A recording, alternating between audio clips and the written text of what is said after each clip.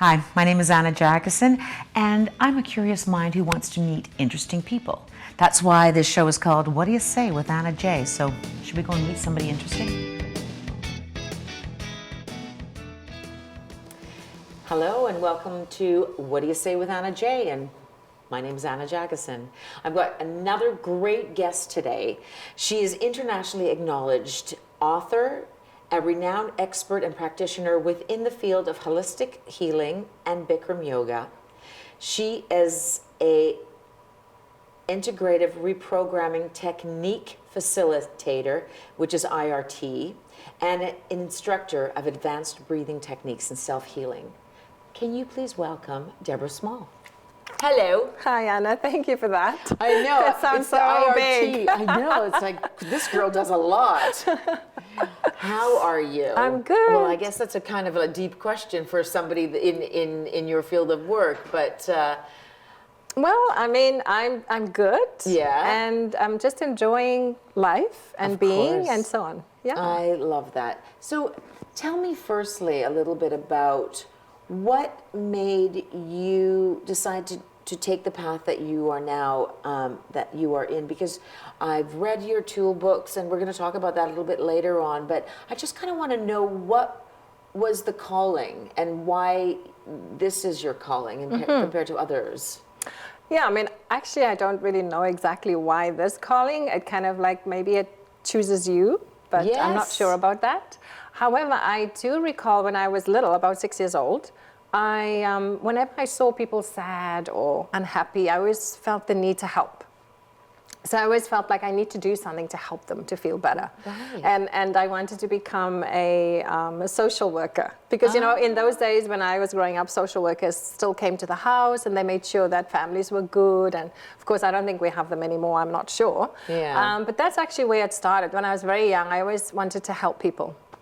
And of course, then I got into my own life and things like that, and yoga found me, and meditation, breathing techniques. Right. And it was funny because a very good friend of mine, she told me about my first breath class that I ever went to, and the way she explained it to me was that there was a lot of medical benefits. So they're scientifically proven that we only use about 30% of our lung capacity, and that we don't even, so we're breathing very shallow. And I was interested in that because who doesn't want to have more energy, right? Right, right. So I went and did this breathing course, and that was really changed my life because I understood how the breath is so connected. So then yoga, it just naturally follows, right? Because yoga means union of the breath, the body, and the mind. So is that what it means? Yeah, and so basically when I started to do yoga and practice meditation, what happened was a lot of awareness came into my life about the way that we exist, how we think, our feelings, our thoughts, our emotions, even our body, even our breath.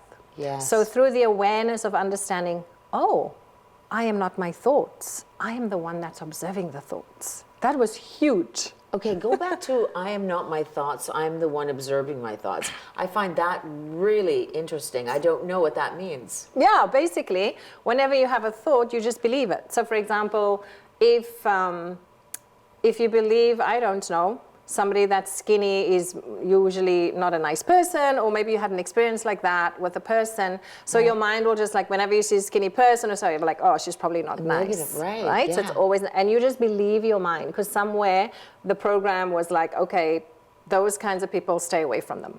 And you just believe that thought. And it's not true, but It's not your true. mind is Correct. right. It's not the truth, but perhaps maybe once a situation happened where that was true, and then you just duplicated it. Because why? The whole mind, I mean, we could be here forever to talk about, this is another whole thing about talking about the mind, and how it's kind of like on a loop. It's a program. So yoga, meditation, breathing techniques helps to bring awareness, so that you become aware of your thinking, you become aware of your emotions, you become aware. So you're not the one that's feeling like, if somebody triggered in you an emotion that you don't like, that can perhaps be hurting you, then you feel like that person did something wrong to me. Well, they actually only triggered something that's already inside of you, but you don't know. But we don't know because our minds trick us. Exactly. Yes. So then awareness. How do we how can we train ourselves to not think in those negative ways? Because I know that since I've been doing positive thinking, so many things always come into my awareness, and honestly, like attracts like, that kind of thing. And more good things come. Yeah. Because I think it was Buddha that said, you know, however you think, so your life will be. So then how do we clean up the thoughts? So we're not aware that we're in the program. We're not aware. Because we're in that unconscious. 99% of the life is run from the unconscious mind. And there's a reason for that, because it's the whole process of least resistance. So for example, when you're little and you learn how to walk, it's saved in your unconscious mind. You don't have to learn it again. You know it, unless people get a stroke or something like that, then they have to relearn words and stuff like that. Yeah. So otherwise it's saved in this unconscious brain. So there's a good reason for it, but unfortunately we lose the whole life because we don't have awareness about the program, because we're in it. And is that like an instinct? Because we should trust our instincts. Is that something different than? Instinct is also good. It's different, completely different. But I believe, and it's a beautiful question, every one of us has that instinct. And our being is always sending us little messages, but oftentimes we don't listen. For example, you've had enough food, but then your eyes see the food, you keep eating.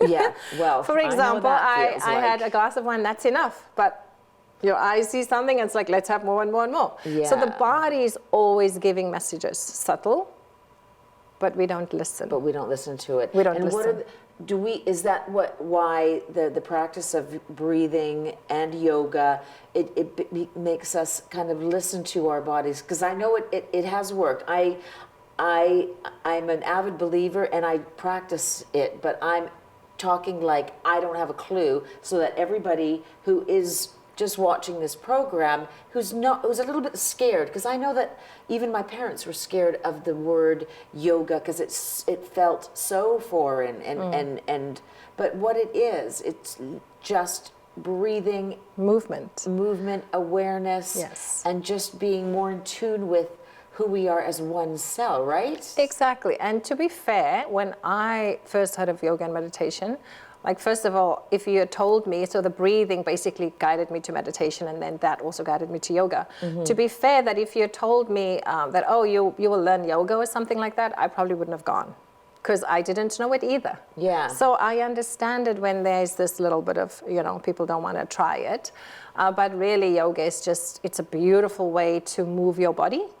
It's a beautiful way to get rid of toxins that otherwise we wouldn't get. And especially in Bikram yoga, we teach the room is heated. Right. And so there's even more benefits. So all the junk is coming through the skin as you're sweating it out. Oh, wow. And it also allows for some people who otherwise wouldn't have been able to get depth, to squeeze out junk out of the body. So the heat allows for that muscles to relax and for your body to go a little deeper so you can purge more.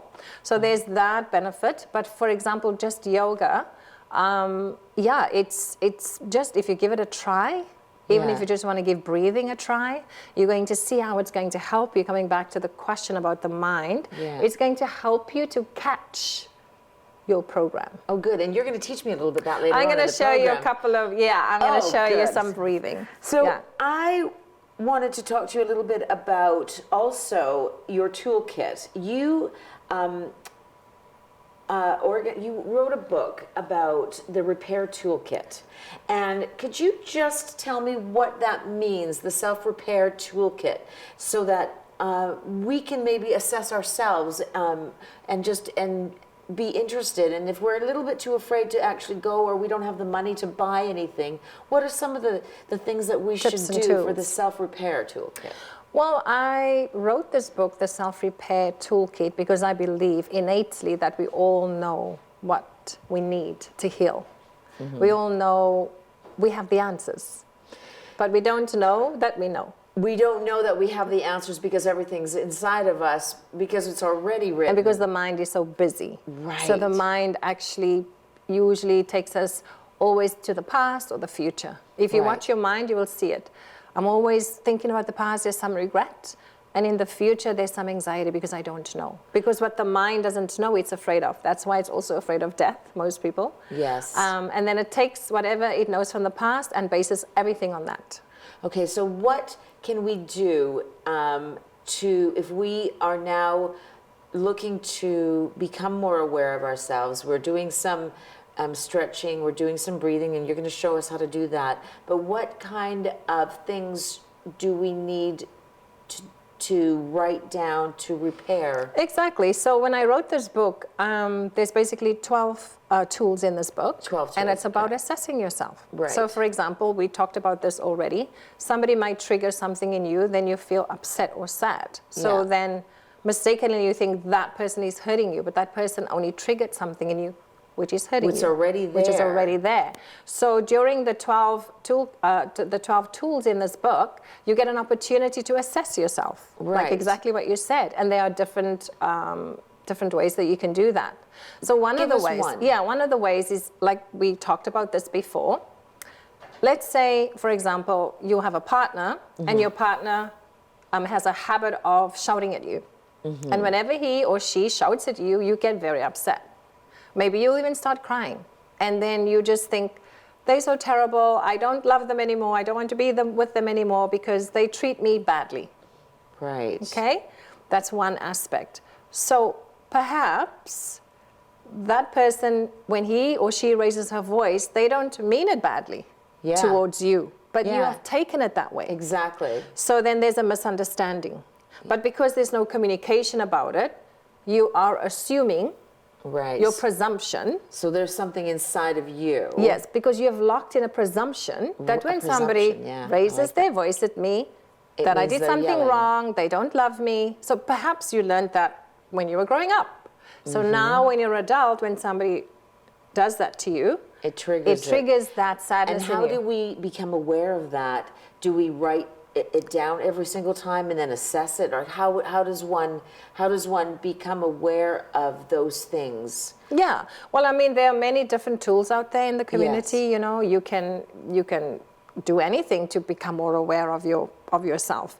I personally I wrote this book. I also have an online course with the book where you can start to do it by yourself, self-paced, however long you want to take, and start taking responsibility for these feelings, thoughts, and emotions that you have. Oh, I like so that. basically, start taking responsibility that's the answer. of your own self. That's the answer. When you can start to take a small bit of responsibility that is triggered for what is triggered in you, and how can I change it? So I'll tell you here, a lot of the problem is your presumption about it. Because the presumption is locked into your reality. That and speaks therefore, volumes. you cannot have a different experience because your reality is locked in. So, however, the good news is that you are the most powerful person in your life. So therefore, you can always choose something different. So in the moment, you have to make a choice. And not your presumption. Ooh, we're going to come back, and Deborah is going to breathe some exercises with me so that we can learn more about this, because we have our own power to choose. I'll see you in a second. Yes. Hi, we're back for more with Deborah Small, and she is going to talk me through some breathing exercise so that we can have this beautiful enlightenment and self-awareness so that we can heal ourselves. So teach me to breathe. Well, we all know how to breathe, Anna. Yes. It's just what I'm going to teach you today is a little bit to utilize more of the lungs, okay? So the lung is really big, but we usually use only about 30% of the lung. So the first breath that I'm going to show you is called Ujjayi breathing. So it's basically just think about you breathing through a straw from the back of your throat, and it sounds a little bit like this. You got it. That's it. So that's the breath. It's called Ujjayi breathing. So in Bikram yoga, we always start with the breathing technique. So what Bikram yoga does is we add movements of the arms to the breath so that you can utilize more of the space in your lungs. Okay. So now you have the Ujjayi breathing. So you're going to use this breathing. And if you watch me one set, then you're going to do about 10 rounds of this. 5 in, 5 out, I guess. So it'll be 10 10 of those. So we usually stand with the feet together nicely, and I always say interlock your 10 fingers, knuckles under the chin like glue. And then usually in Bikram yoga, you can focus on yourself. But here, if you want to watch me for the first one, and then I'll guide you through. So it sounds and looks like this. Inhale. Exhale.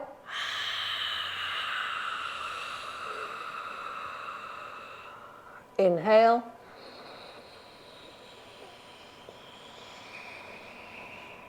Exhale. All right, and you're going to see once you've done about 5 of these breaths, how much more oxygenated your whole being will be. And there'll be relaxation, more awareness, just feeling better overall. So I will guide you through it. So interlock your 10 fingers, knuckles under the chin like glue throughout the entire breathing exercise. Focus on yourself, concentrate, meditate. Start please, inhale, head down, elbows up. Elbows go all the way up towards the ceiling. Shoulders might hurt a little bit. Spine straight, chest up, full lungs. Exhale, head up. Slowly the head goes back. So the head goes back. You're looking way, way back for the back. We'll keep the eyes open, palms together, and elbows touch. So let me show it to you again. So remember the knuckles must be touching with the chin like glue. Okay. So look at me again. Okay. Inhale. Eyes stay open. Exhale. Eyes stay open. Palms together and elbows touch. Okay. All right, got it? I'll Let's try it again. Okay. Eyes stay open. Interlock your 10 fingers, knuckles under the chin. Nice and tight. Everything is nice and tight. Suck your stomach in. Bring your heels, feet together. Okay. And begin. Nice. Knuckles under the chin. Inhale. Head down, elbows up. Elbows go all the way up towards the ceiling. Suck your stomach in. Rib cage visible. Full lungs. Exhale, head up. Slowly the head goes back. You're looking way, way back for the back. We'll keep the eyes open so you don't get dizzy. Palms together and elbows touch. Inhale, head down, elbows up. Use your throat. So the mouth and the nose are only the passageways. Use your throat. Suck your stomach in. Full lungs. Exhale, head up. So big H-A-ha sound. The mouth is nice and wide open.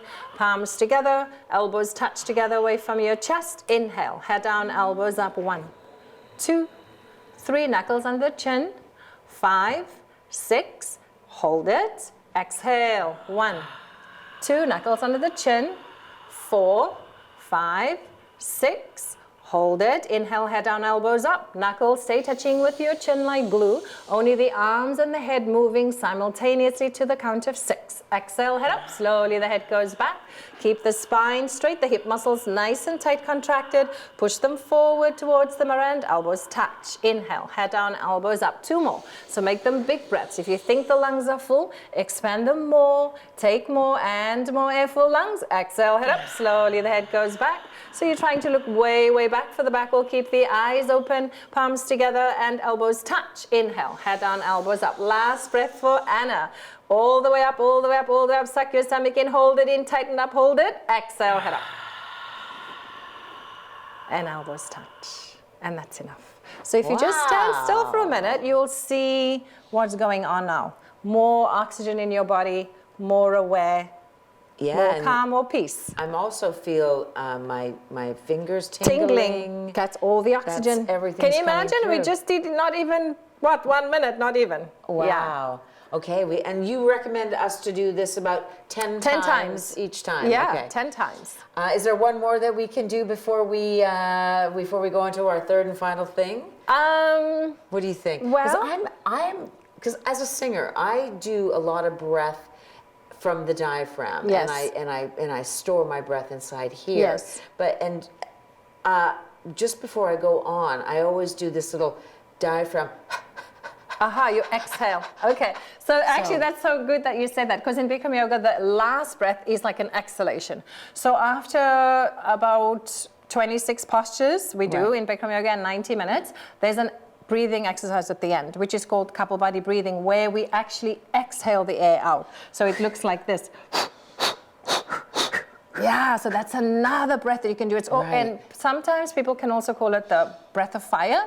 So basically using your stomach muscles to force the old air out of the bottom of your lungs, right? Because when you're doing the whole process of the yoga, you're getting a lot of the top of the lungs, but sometimes there's still a little bit at the bottom. So this breath, exactly. So this, when you exhale all that old junk out, it makes space for the oxygen. So you want to do that one? Well, let's do it quickly. Okay. Let's do it. So basically, we do 30 sets. Okay. So it goes like this. Let's do 5. Just teach me quickly. Okay, we'll do 5. Well, okay, so it's exhalation only. Ready? Okay. And go.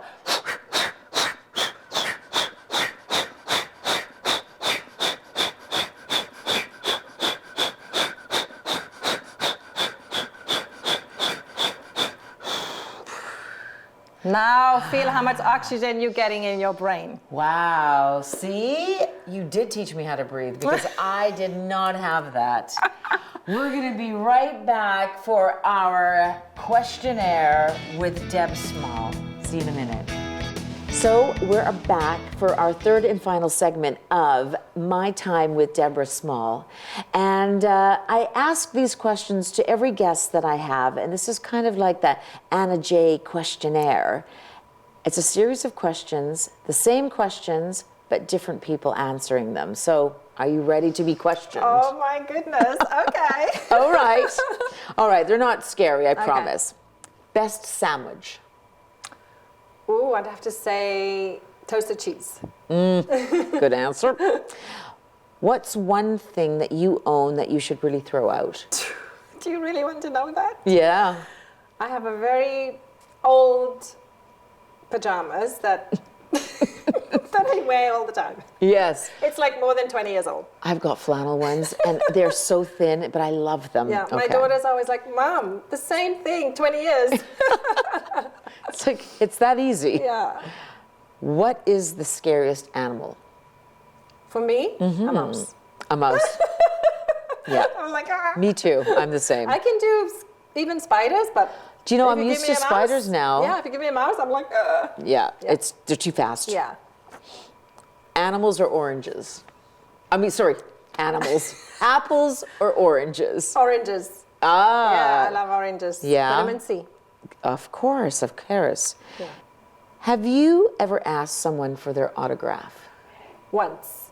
Okay. I was at a tennis match, and it was Nadal and Federer. Oh yeah, and I was right there, and Nadal won for the first time. He won against Federer. It was then? It was in Dubai, and he won, and I ran and asked him for, and he was so young, he was just young. Oh my so that goodness. Was it, my one time. Oh my, do you still have it? I still have it. Oh, good for you. Favorite action movie? The Matrix. Ah. I love The Matrix. Best movie ever. Okay, I have to rewatch those. 3 of them. Yeah, there are. And now there's a 4th one. Oh. Which I've already watched. You get one song to listen to for the rest of your life. So what is it? Can I sing it, or do you just want to? You can sing it. Oh, I want to dance with somebody.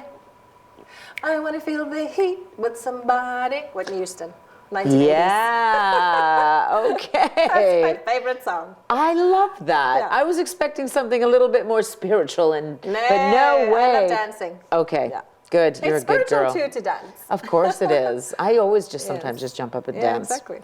What is your favorite smell? Roses. Oh, that reminds me of my mom when you say that. Yeah. The least favorite smell? Oh, I would have to say bad breath. Good answer. Because that takes you like... Oh, does it ever? Exactly. Flat or sparkling? Flat. Most used app on your telephone, on your iPhone, your phone? It'll have to be Instagram. Oh, is it? Yes. I love it. I'm honest. I love it. Yeah. Describe the rest of your life in 5 words. The best is still coming. That is very good. See, you used it as a sentence. I like that. What number am I thinking of? 5. 13. I don't know why I say that. I just think it's funny. Only once says somebody. I have to say, if I was really wanted to get it right, I should have pierced in your eyes You longer. should But have. I was thinking, oh, it's like on the spot, right? Yes. Yeah. And final question, do you think that Kelowna needs a new performing arts center? Well, I think it could definitely do good to Yeah. have a new one. Yeah, make it bigger. I think. Yeah. To say that, it seems like we need to have more multi-functional places. Exactly. Yeah. Well, that's me, Anna Jacyszyn, with What Do You Say with Anna J, and my guest was Deborah Small. Thank you so much for hanging out. Thank you, Anna, for having me. I appreciate it. No, that was my pleasure. And we'll see you very soon. Thanks for hanging out.